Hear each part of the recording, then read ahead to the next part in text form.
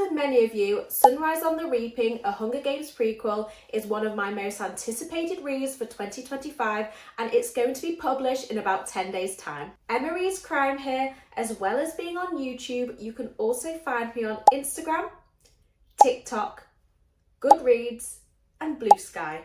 In this video, I'm going to be discussing the plot of Sunrise on the Reaping, the movie adaptation of Sunrise on the Reaping, having a look at the front cover, filling you in on backstory from the Hunger Games, which you might have forgotten, which might prove useful when reading Sunrise on the Reaping.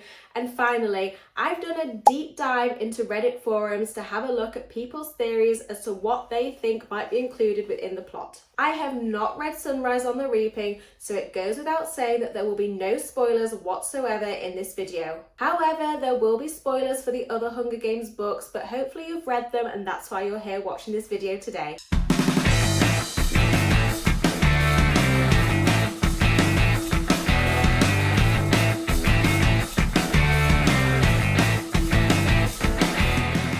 Sunrise on the Reaping is set 24 years prior to the first Hunger Games book. Sunrise on the Reaping follows Haymitch in the 50th ever Hunger Games. As this is the 50th Hunger Games and the second quarter quell, double the amount of tributes are chosen.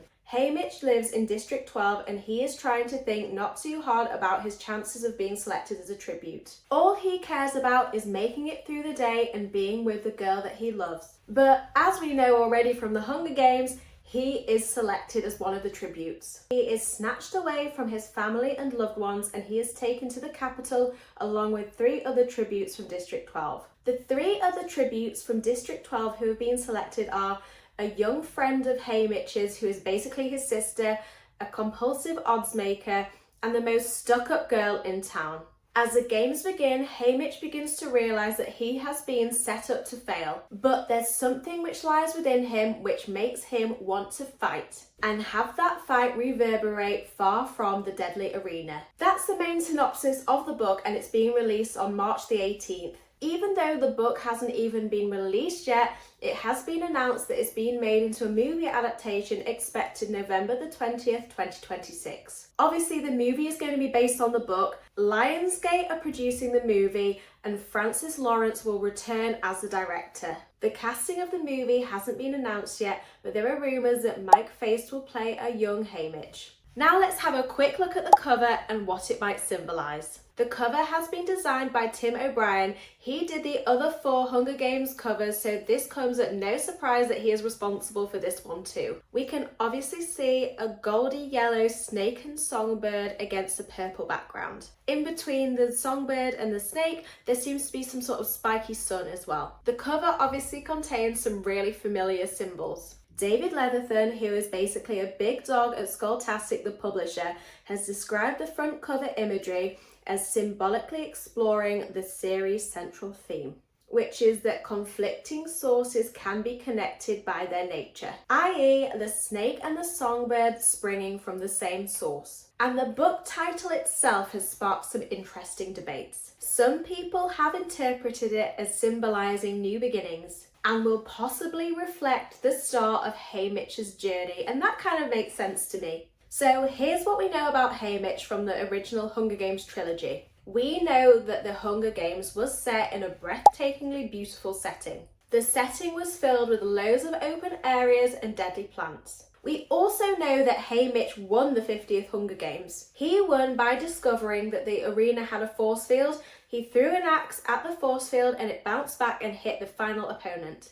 And as he won the Hunger Games, he obviously thinks that his life is going to be much better from then on, but that is not the case. As a punishment for outsmarting the Capitol, President Snow orders for his mum, younger brother and girlfriend to be killed, which obviously traumatizes him. He then becomes isolated from the rest of District 12 and he then becomes part of the conspiracy to overthrow the Capitol and put an end to the Hunger Games. In the Hunger Games, we see this cynical, bitter, sarcastic character, and he's also an alcoholic because he is just so traumatized by past events. In the Hunger Games, he acts as a mentor for Katniss and Peter. He arranges for sponsors and care packages to be delivered to them while they're in the arena. He demonstrates a vice pivotal role in the 75th, the third quarter quell, Hunger Games when trying to rescue Katniss. He becomes one of the leaders of the rebellion, but he still does struggle with his alcoholism. He emotionally supports Katniss and he helps her navigate her role as the Mockingjay. And those are the key main points which I remember from reading the Hunger Games many, many years ago. And now for the fun part, which is theories as to what is going to happen in Sunrise on the Reaping. I have gone down one hell of a rabbit hole on Reddit forums, and there are so many incredible theories that people have. If I talk about all the amazing theories people have, I will be here for days. I'm just going to talk about a select few of my favourite of the theories that I've read and the ones which I think are strong contenders to be included within Sunrise on the Reaping. As we already know that Haymitch won his Hunger Games, I believe that the actual Hunger Games section will form a small part of the book, and the book will focus more on the aftermath and all the politics which is involved. There is a theory that the Capitol edited out some footage for the true extent of Haymitch's rebellion. There is a theory we will get way more details as to the punishment to Haymitch for outsmarting the Capitol, and I really believe that that is plausible. Another theory is that the book will explore different perspectives from career tributes. So these are the tributes who grew up in wealthier areas, i.e. District 1 and 2,